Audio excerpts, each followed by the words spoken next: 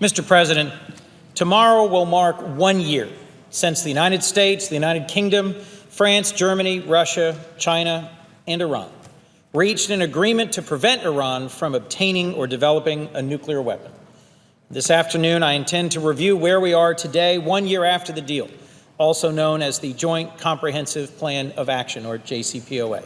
And I'm grateful for a number of my colleagues who will come to the floor as well today or who are submitting statements for the record, reviewing where we are 1 year later.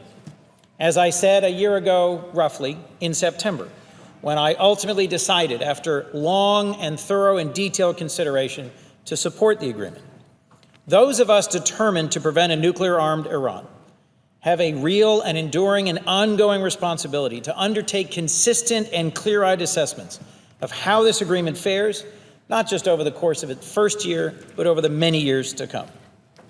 In short, in my assessment, so far, this deal has done what it intended to do. Because of aggressive enforcement of the terms of the agreement, the JCPOA has cut off Iran's most likely short-term uranium and plutonium pathways to building a nuclear weapon. The time it would take for Iran to break out, to assemble enough fissile material for one nuclear weapon, has extended significantly, from just 2 to 3 months to well over a year. The international community, in turn, has upheld its commitments under the deal, providing Iran with relief from nuclear-related sanctions. But more importantly, the agreement has given the IAEA, or the International Atomic Energy Agency, the world's nuclear watchdog, unprecedented searching access to oversee all of Iran's nuclear activities with intrusive inspections and round-the-clock remote monitoring. I'm going to review for a few more minutes all the different ways that I and some of my colleagues have worked to ensure effective enforcement of this agreement. First, as to the IAEA inspections I just mentioned, at my urging, the Senate's State and Foreign Operations Appropriations Subcommittee provided nearly $95 million in funding for the IAEA, a $5 million increase over the level requested by President Obama. And on top of giving the IAEA greater resources, this increase, I believe, sends a strong signal to Iran and our international partners that we intend to enforce the JCPOA, that we intend to encourage voluntary contributions by our international partners to strengthen the agency and sustain its ability to take advantage of the unique opportunities under this agreement for a searching and continuous insight into Iran's nuclear activity. Advocating for additional U.S. support for the IAEA is just one of the steps my colleagues and I have taken over the past year to ensure the nuclear agreement is implemented effectively and enforced strictly. In a series of 15 floor speeches since December, during which I've been joined by nearly a dozen members of my caucus, I've sought to keep this agreement on our radar to ensure that Congress is effectively monitoring it and that we are relentlessly enforcing its terms. But holding Iran accountable doesn't just mean enforcing the JCPOA. It also means pushing back on that regime's bad behavior across the Middle East, behavior that falls outside the scope of the nuclear agreement. That's why I've called for the Obama administration to strengthen its efforts to interdict Iranian arms shipments to the Houthi rebels in Yemen, and, like a police department after a successful drug bust, to then publicize that those interdictions have occurred and the weapons that they've seized, demonstrating to the American people and our partners in the Middle East the full scope of Iran's destabilizing activities and our intention to keep cracking down on those activities, which is crucial to building a broad coalition that will sustainably counter Iranian aggression. That's why I've also worked with my colleagues to provide $117 million this year for the U.S. Treasury's Office of Terrorism and Financial Intelligence, which enforces American sanctions against bad actors, including enforcing some of the very sanctions that crippled Iran's economy and forced it to the negotiating table in the first place. That funding represents a significant increase, $17 million since 2013, and I'm fighting for an additional $6 million this next fiscal year. I've also held discussions with foreign leaders from Israel to Saudi Arabia, India, Qatar, Turkey, and Russia about how we can work together to sustainably counter Iranian aggression. And I've called on the administration to levy new sanctions against an entity affiliated with Iran's hardline Revolutionary Guard Corps known as Mahan Air, and I will make the same demand of the next administration.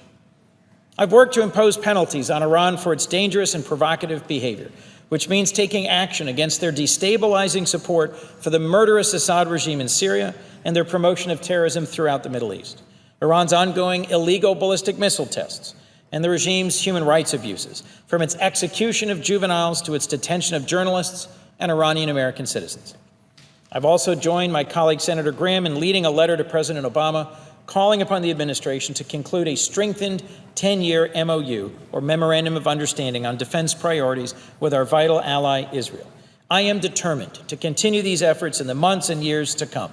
We cannot avert our eyes from Iran's destructive behavior, even as we review what progress has been made in the year since the JCPOA.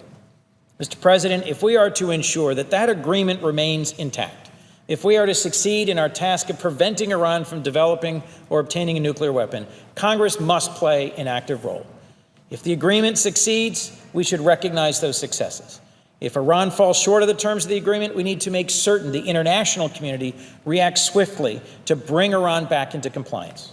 Regardless of whether my colleagues opposed or supported this agreement a year ago, regardless of where one stood then, we all have an interest today in working together to ensure we prevent Iran from ever being able to develop a nuclear weapon. We have a responsibility then to review Iran's actions and hold them accountable through aggressive enforcement of the deal, pushing back on their bad behavior, and maintaining a credible conventional deterrent. As my colleagues' comments later today will make clear, in addition to holding Iran to the terms of the nuclear deal, we have to push back against their dangerous non-nuclear bad behavior. As I've mentioned, the ballistic missile tests, human rights violations, and support for terrorism. I know my colleagues and I remain committed to overseeing strict enforcement of the nuclear agreement with Iran and protecting the security of our allies and partners in the Middle East, especially our vital ally, Israel. And I also know we remain committed to showing that international engagement and multilateral diplomacy can be effective, even with rogue regimes like Iran. These commitments are why my colleagues and I are on the floor this afternoon and evening. These commitments will continue tomorrow as the Senate Foreign Relations Committee, on which I serve, holds a hearing that will review closely where we are 1 year since the JCPOA. I want to thank Chairman Corker and Ranking Member Cardin for regularly holding hearings to assess the nuclear deal and for convening tomorrow's hearing, which I look forward to attending. Mr. President, our commitment to overseeing the implementation of this important agreement can and must continue for its entire duration. Even if another crisis emerges, we must remain vigilant and push for the most aggressive enforcement of this deal and not be distracted by developments in other parts of the world. That is my commitment for as long as I have the honor of representing the people of Delaware in the Senate. Now, I'm grateful to some of my colleagues who will join me on the floor later here today, Senator Carper, Senator Peters, Senator Blumenthal, but I'd like to also ask at this time for unanimous consent to enter into the record a statement from the senior senator from Pennsylvania, Senator Casey. I'd like to thank my colleague, Senator Casey, for his steadfast efforts to support our vital ally, Israel, and ensure swift multilateral consequences for JCPOA violations. Without objection. Thank you, Mr. President. Let me, in closing, say this, that we, this body, this Congress, the people of this country, must make a clear distinction between the Iranian regime and the Iranian people. The Iranian regime deserves scrutiny, condemnation, and opposition for a decades-long pattern of human rights abuses, support for terrorism, and bad behavior. But the Iranian people deserve our support in their fight for freedom, democracy, and human rights. And with that, Mr. President, I'm hopeful we will hear soon from my good friend and fellow Delawarean, the senior senator from our state of neighbors, who's been a leader in my state for decades. And I know later this evening we will also hear on these important topics from Senators Peter and Blumenthal as well. I am grateful to all of my colleagues who have joined me in colloquies and statements on the floor on this important topic in the past, and I just hope that we can, in a sustainable and bipartisan way, insist on effective and rigorous enforcement of this deal throughout its entire term. Thank you, Mr. President. With that, I yield the floor.